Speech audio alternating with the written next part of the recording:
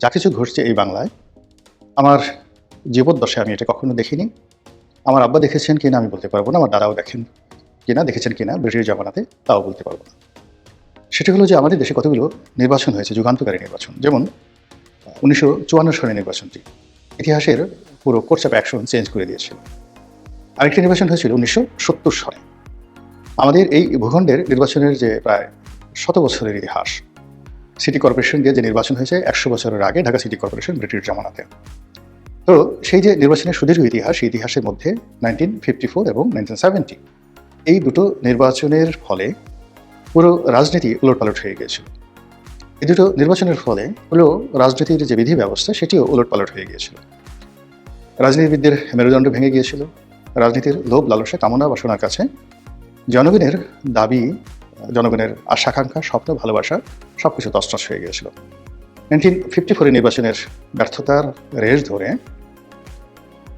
আমাদের দেশে সেই পাকিস্তান জামানাতে সেই সামরিক শাসন অনিবার্য হয়ে পড়ে এবং প্রায় 10টি বছর আইয়ুব খানের পরে ইয়াহিয়া খান, এবং সেই ইয়াহিয়া খানের জামানাতে যে মহান মুক্তিযুদ্ধ, সেই মুক্তিযুদ্ধের পর আমরা যে রাষ্ট্র কাঠামো পেলাম, যে সরকার পেলাম, এবং যাদেরকে রাষ্ট্র পরিচালনার জন্য রাজনৈতিক ব্যক্তিত্ব হিসেবে পেলাম, তারা ছিলেন অনভিজ্ঞ, অপ্রস্তুত, এবং রাষ্ট্রীয় যে সমস্যা সেই সমাধানের ব্যাপারে তাদের যে অদক্ষতা, এটি আমাদের দুর্ভোগ এবং দুর্দশা এমনভাবে বাড়িয়ে তুলেছিল, যার ফলে 1974 সনের দুর্ভিক্ষ এবং 1975 সনের 15ই আগস্টের রাজনৈতিক হত্যাকাণ্ড অনিবার্য হয়ে পড়েছিল।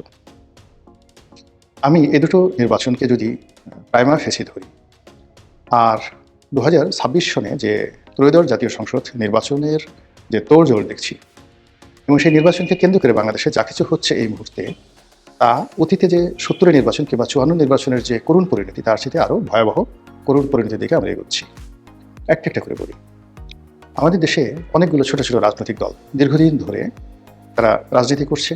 কেউ হয়তো চাঁদা তুলছে, কেউ খুব কষ্ট করে বিভিন্ন মানুষের কাছ থেকে যাকে বলে চেয়ে চিনতে দল চালাচ্ছে, আবার কেউ নিজেদের জায়গা, জমি, সম্পত্তি বিক্রি করে সেই 100-150 লোক নিয়ে তারা বছরের পর বছর, যুগের পর যুগ রাজনীতি করতে করতে জীবন শেষ করে দিচ্ছে এবং মনে করছে এটাই তাদের সফলতা এবং এটাই তাদের নীতি এবং নৈতিকতা। তো এই যে বাংলাদেশে প্রায় নিবন্ধিত 100-র উপরে দল আর অনিবন্ধিত প্রায় 200-250 দল, এমন দলও আছে যে দলে 2-3 জন নেতা, তারাই কর্মী, তারাই সব কিছু। যেমন দেখা গেল বাংলাদেশ অমুক পার্টি, একজন সভাপতি, একজন সেক্রেটারি, এতে তারা খুশি। তো এই যে কালচারটি রয়েছে, বহু মত, বহু পথ, রাজনীতির আশা আকাঙ্ক্ষার যে চিন্তা চেতনা, এটি একমুখী হয়ে গেছে। আওয়ামী লীগ জামানাতে তবু বিএনপি ছিল, অ্যাক্টিভ ছিল না, জামাত ছিল, অ্যাক্টিভ ছিল না, কিন্তু ছিল, বড় রাজনৈতিক দল ছিল। আর এখন বিএনপির সাথে বিট করার মতো কোনো রাজনৈতিক দল নেই। বিএনপি সত্যিকার অর্থে আসলে এখন সহ্য করছে, কিন্তু বিএনপি যে যদি রাগ করে, জিদ করে যে আমি এখন রাজনীতির ময়দান ফাঁকা করে দেবো, পিটিয়ে একজনের একেবারে পিঠ লাল করে দেবো, এটা বিএনপির পক্ষে সম্ভব। সোভিয়েত রাশিয়ার পতনের পর বা সোভিয়েত ইউনিয়নের পতনের পরে মার্কিন যুক্তরাষ্ট্র যেভাবে একক পরাশক্তি হয়ে গেছে, সেই একক পরাশক্তির মতো এখন বিএনপির অবস্থা তাই হয়ে গেছে। এবং বিএনপির অবস্থা হয়ে গেছে সেই সিন্ধু নদের মতো। হে ক্ষুধিত বন্ধু মোর, তৃষিত জলধি, এত জল বুকে নাহি তব তৃষ্ণার অবধি, কত নদী উপনদী তব পদে করে অন্তদান, বহুক্ষ তবু কি ভরিল না প্রাণ। কবি নজরুলের সে বিখ্যাত সিন্ধু কবিতা। এটা বললাম এই কারণ যে নির্বাচনের তফসিল অনুযায়ী মনোনয়নপত্র জমা দেওয়ার শেষ তারিখ 29শে ডিসেম্বর 2025। এটাকে কেন্দ্র করে বিএনপি যে রাজনীতির সমীকরণ করছে, এতে অনেকগুলো দল, বহু দিনের পুরনো দল, তারা তাদের যাকে বলা হয় অস্তিত্ব বিলীন করে বিএনপির একটা মনোনয়নের জন্য সদল বলে বিএনপিতে যোগদান করেছে। এটার ফলাফল ভালো হবে না। 2 নম্বরে হলো যে অনেকগুলো দল ভাঙনের মুখে, যেমন এলডিপির জেনারেল সেক্রেটারি অলি আহাদ সাহেবকে ছেড়ে চলে আসছে এখানে। আবার এলডিপি 2 সাদাত হোসেন সেলিম সাহেব ছিলেন, তিনি তার দলকে এলডিপি 2 সেটাকে ব্যান্ড করে বিএনপির একটা মনোনয়ন নিয়ে সেখানে উপস্থিত। আর এই কাজটি যে অনেকে করেছেন মূলত ধানের শীষ প্রতীক পাওয়ার জন্য।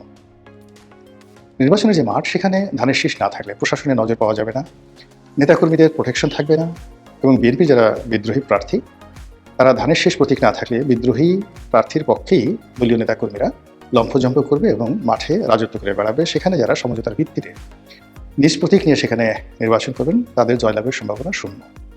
এই জন্য অনেকে নিজেদের দল বিলীন করে দিয়ে বিএনপিতে যোগদান করেছে। এটা এই মুহূর্তে খুবই দৃষ্টিকটু এবং আগামীতে এটি নিয়ে একটি ভয়ঙ্কর খেলাধুলা হবে। এবং এই রাজনৈতিক নেতৃবৃন্দ তারা যদি জয়লাভ করতে না পারে অথবা বিএনপিতে টিকতে না পারে, এই পুরো কমিউনিটি যারা এই সময়টিতে যোগদান করলেন, ইংরেজিতে যেটিকে বলা হয় অ্যাবান্ডেন্ট, তারা পুরো রাজনীতিতে আগামী দিনে অ্যাবান্ডেন্ট হয়ে যাবে। এমনি বিএনপি একক দল, তারপরে এই যে ছোট ছোট যে দলগুলো, এগুলো যেভাবে বিএনপিতে আত্মদান করছে, বিএনপির মধ্যে নিজেদের অস্তিত্ব বিলীন করে ফেলছে, যা আগামীতে রাজনীতির জন্য একটা বিরাট শূন্যতা তৈরি করবে। দ্বিতীয়ত হলো যে শেখ হাসিনার মধ্যে যে জিনিসটা এসেছিল, আওয়ামী লীগ ছাড়া অন্য কোনো দল থাকবে না। তো তিনি গণতন্ত্রের কথা বলতেন, অনেক যাকে বলে উদারপন্থী নীতির কথা বলতেন, কিন্তু শেষমেশ তার কাছে মনে হতো যে আমি আছি, আওয়ামী লীগ আছে, সব আছে। তো অন্য দলের ক্ষেত্রে তিনি মনে করতেন যে আওয়ামী লীগের বাইরে অন্য কোনো দল নেই, আর আওয়ামী লীগের নেতাকর্মীদের মধ্যে বসে তিনি মনে করতেন তিনি ছাড়া আর কেউ নেই। এই যে শেখ হাসিনার যে মন এবং মানসিকতা গত 15 বছর ধরে আমরা দেখেছি। যখন গত এই জুলাই আগস্ট বিপ্লবের পর ডক্টর মোহাম্মদ ইউনূস ক্ষমতায় এলেন, আমাদের ধারণা ছিল যে তিনি হবেন গণতন্ত্রের father of the democracy in Bangla বা ইন বাংলাদেশ। কিন্তু দেখা গেল যে মাই গড, তিনি শেখ হাসিনার চেয়ে আরও 10 গুণ যাকে বলে সরেস।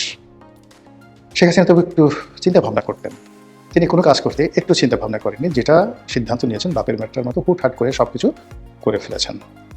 তো এই অবস্থাতে একেবারে নিত্য নতুন আমাদের যে দেশে প্রায় সব ক্ষেত্রে স্বৈরতন্ত্র প্রবল আকার ধারণ করেছে, এবং সেই যে স্বৈরতন্ত্র, সেই স্বৈরতন্ত্রের যে কবল, সেই কবল থেকে বিএনপি কিন্তু রক্ষা পায়নি।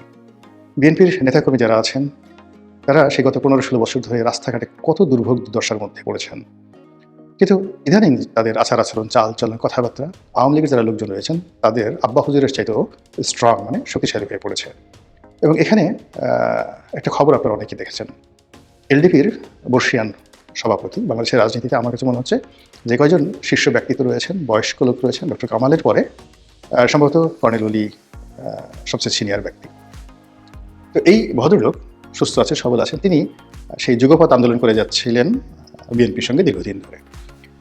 কর্নেল ওলির সাথে বিএনপির সম্পর্ক সেই এলডিপি প্রতিষ্ঠা করার পর থেকেই খারাপ গেছে, কিন্তু বিএনপির যখন খুব দুঃসময়, তখন আবার কর্নেল ওলি যখন সামনে এগিয়ে গেছেন, তখন বিএনপি তাকে বন্ধু হিসেবে নিয়েছে। বিপদের সময় সবার আগে কর্নেল ওলি কিন্তু এগিয়ে গেছেন। তো সেক্ষেত্রে বিএনপির বিপদের সময় কিন্তু আরও একজন যিনি ছিলেন বি চৌধুরী, তিনি কিন্তু যাননি। বরং বেগম জিয়া যখন সুস্থ ছিলেন, তখন তিনি একদিন কোনো রকম নোটিশ না দিয়ে তিনি ডক্টর বি চৌধুরীর বাসায় চলে গিয়েছিলেন। তো বি চৌধুরীর বাসায় চলে গেছেন, বি চৌধুরী নিজেও জানেন না। এর কারণ হলো ওই সময়টাতে রাজনীতির ঐক্যটা বেগম জিয়ার জন্য এত বেশি দরকার ছিল, তিনি যে কোনো মূল্যে বিএনপির যারা বিভিন্ন সময়তে খুব অ্যাক্টিভ ভূমিকা পালন করেছে তাদের সঙ্গে একটা সমঝোতা তিনি করতে চেয়েছিলেন, কিন্তু সেটা বি চৌধুরীর সঙ্গে তার সেটা করা হয়নি। পরবর্তীতে এই ঘটনার 1 দিন বা 2 দিন পরে ডক্টর বি চৌধুরীর সঙ্গে আমার দেখা হলো একটা অনুষ্ঠানে, অনেকক্ষণ কথা বলতে, উনি আমাকে অতি স্নেহ করতেন। তো তিনি বলে যে রনি হাঁটা ধরে বললেন যে আমাকে একটু বলো তো, আমার তো বয়স হয়ে গেছে, কথা নাই বার্তা নেই, সেই বেগম জিয়া কেন আমার বাসায় গেলেন? আমার স্ত্রী তো আমাকে রীতিমতো সন্দেহ করছেন যে আমি আবার বিএনপিতে যোগদান করছি কিনা, আদারওয়াইজ আমাকে বা আমার পরিবারকে বিএনপি যে অপমান করেছে, যে কষ্ট দিয়েছে, তো সেই কষ্টের পরে হঠাৎ করে কোনো কথা নাই বার্তা নাই, তিনি কাউকে না জানিয়ে আমার বাসায় কেন গেলেন? তা বললাম যে স্যার, তিনি কি আপনার সঙ্গে কোনো কথাবার্তা বলেনি? আমি তো আসলে স্যার না, যেহেতু মাহির সঙ্গে আমার একটা ভালো সম্পর্ক, আমি চাচা ডাকতাম। যে চাচা আপনাকে কি আসলে কোনো টেলিফোন করেনি বা কোনো কিছু বলেনি?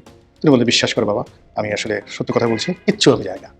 তো এরকম পরবর্তীতে বি চৌধুরী কিন্তু আসেননি।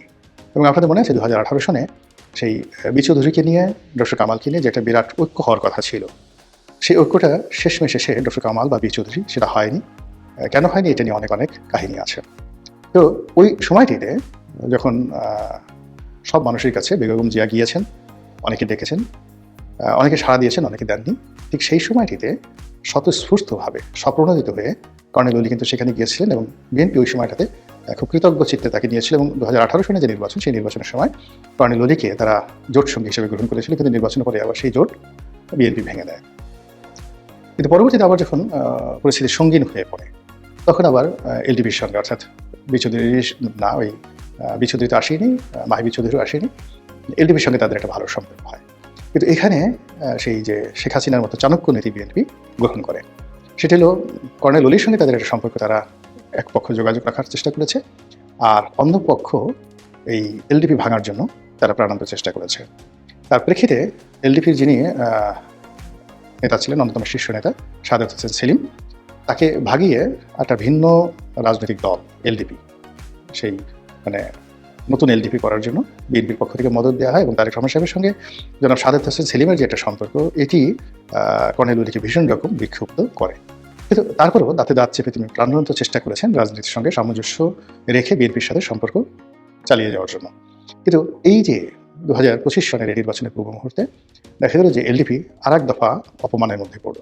প্রথম অপমান, এলডিপির সাধারণ সম্পাদক জনাব রেদওয়ান আহমেদ, সাবেক এমপি, সাবেক মন্ত্রী, তো তাকে দায়িত্ব দেওয়া হয়েছিল বিএনপির সঙ্গে সমঝোতা করার জন্য। তিনি উল্টো এমন সমঝোতা করেছেন, এলডিপি ছেড়ে বিএনপিতে যোগদান করেছেন, শাহজাহানুমনের মতো, যেভাবে শাহজাহানুমন আওয়ামী লীগে যোগদান করেছিল। এটা বিএনপির দরকার ছিল না।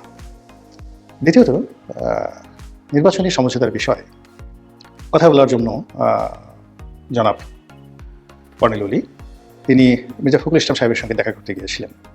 তিনি অভিযোগ করেছেন কর্নেল ওলি যে আমি 2 ঘন্টা বসেছিলাম, অপেক্ষা করেছি, আমার সঙ্গে দেখা করেনি। তো বাংলাদেশে আসলে কর্নেল ওলি বা মির্জা ফখরুল সাহেব দুজনই ভদ্রলোক, মানুষ, সম্মানিত মানুষ, এবং এই দুজনের ব্যক্তিগত সম্পর্ক অনেক ভালো পর্যায়ে। সেখানে যে কোনো অবস্থায় ধরুন কর্নেল ওলি একেবারে কিছু নাই, এবার ধরুন মির্জা ফখরুল সাহেব কিছু নাই, কিন্তু তাদের মধ্যে একটা সৌহার্দ্যপূর্ণ যে সম্পর্ক, সেখানে কর্নেল ওলির অবস্থান অনেক অনেক ঊর্ধ্ব স্তরে। তিনি একজন বীর মুক্তিযোদ্ধা, তিনি একজন বীরুত্তম, স্বাধীনতা ইতিহাসে কিংবদন্তি, তিনি সাবেক মন্ত্রী, জিয়াউর রহমান সাহেবের প্রথম এডিসি, আর কত কি অসংখ্য পরিচয়। বেগম জিয়ার সঙ্গে, আর যদি বেগম জিয়া সুস্থ থাকেন তাহলে দেখতে, তার সঙ্গে অত্যন্ত সম্পর্ক ছিল কর্নেল ওলির সাথে। বেগম জিয়ার একটা ভালো সম্পর্ক ছিল। তো সেই কর্নেল ওলি জনাব মির্জা ফখরুল ইসলাম আলমগীরের দরবারে গিয়ে 2 ঘন্টা বসে আছেন, অপমানিত হয়ে ফিরে এসেছেন, দেখা করতে পারেননি, এটা কল্পনাই করা যায় না। এখানে নিঃসন্দেহে জনাব তারেক রহমান সাহেবের যদি হুকুম না থাকতো, মির্জা ফখরুল সাহেব এই কাজ কোনোদিন করতেন না, মরে গেলেও তিনি এই কাজ করতেন না। তো বুঝেন যে রাজনীতির কালচারটা কোন পর্যায়ে চলে গেছে, এবং এটা মানে কতটা নেগেটিভ হতে পারে আগামী রাজনীতিতে, তার একটা ছোট্ট উদাহরণ দিয়ে আজকে এই ভিডিওটা শেষ করবো। আপনারা জানেন যে 2006 সনে যে নির্বাচনটি, সেই নির্বাচনটি কিন্তু বিএনপি করে ফেলতে পারত। আওয়ামী লীগ যেটা করেছে 2018-তে, 14-তে বা 24-এ, ঠিক এইভাবে কিন্তু বিএনপিও 2006 সনের নির্বাচনটি করতে পারতো যদি জাতীয় পার্টি থাকতো। তো সেই জাতীয় পার্টির সঙ্গে নেগোসিয়েশনের জন্য জনাব তারেক রহমান সাহেব কিন্তু দেন দরবার করছিলেন এবং শেষমেশ এরশাদ সাহেবের বাসায় তিনি গিয়েছিলেন। তো সেখানে ব্যক্তিগতভাবে এরশাদ সাহেবের সঙ্গে তার কী কথাবার্তা হয়েছে, আমি এখন ভিডিওতে সেই কথাগুলো বলবো না, কী আচরণ করেছে সে কথা বলবো না। তবে এরশাদ সাহেব বিষয়টা এতটা অপমান বোধ করেছিলেন, এতটা কষ্ট পেয়েছিলেন যে তিনি আমার হাত ধরে সেই স্মৃতি মনে করে তিনি কেঁদেছিলেন। শুধু আমার সঙ্গে নয়, এরশাদ সাহেব এরকম অনেক আপনজন, অন্তত 100 জন লোকের নাম আমি বলতে পারবো, যাদের সঙ্গে কথা বলতে গিয়ে তিনি ওই স্মৃতি, তারেক রহমান সাহেবের সঙ্গে তার বৈঠক, সেখানে অবমাননাকর পরিস্থিতি এবং বক্তব্য, সেগুলো স্মরণ করেছেন এবং বলছেন যে আমি যদি মরে যাই, আমার লাশ জ্বালিয়ে পুড়ে যদি কেউ সারখার করে দেয়, তবু আমি বিএনপির সঙ্গে যাব না। তখন তিনি পালিয়ে গেছিলেন এবং আওয়ামী লীগের সঙ্গে যোগ দিয়েছিলেন। রাজনীতির সমস্ত কোর্স অফ অ্যাকশন পরিবর্তন হয়ে গিয়েছিল। কাজেই রাজনীতির একটা ভদ্রতা একটা বিরাট ব্যাপার। এই সময়টিতে বিএনপি মিত্র সংগ্রহ করতে গিয়ে, আবার কাউকে সম্মানিত করতে গিয়ে যাকে যাকে অসম্মানিত করেছেন, কারো ইন্টেলেকচুয়াল লেভেলে, কারো হৃদয়ে, কারো মস্তিষ্কে, কারো অর্থ, কারো বৃত্তে, এই শক্তিগুলো যদি এক হয়ে যায়, তাহলে একবার সিলেটের যে ছক্কা ছয়ফুলের ঘটনা ঘটেছিল, আমাদের রাজনীতিতে আবার একটি ছক্কা ছয়ফুল ঘটার আলামত স্পষ্ট হয়ে উঠবে।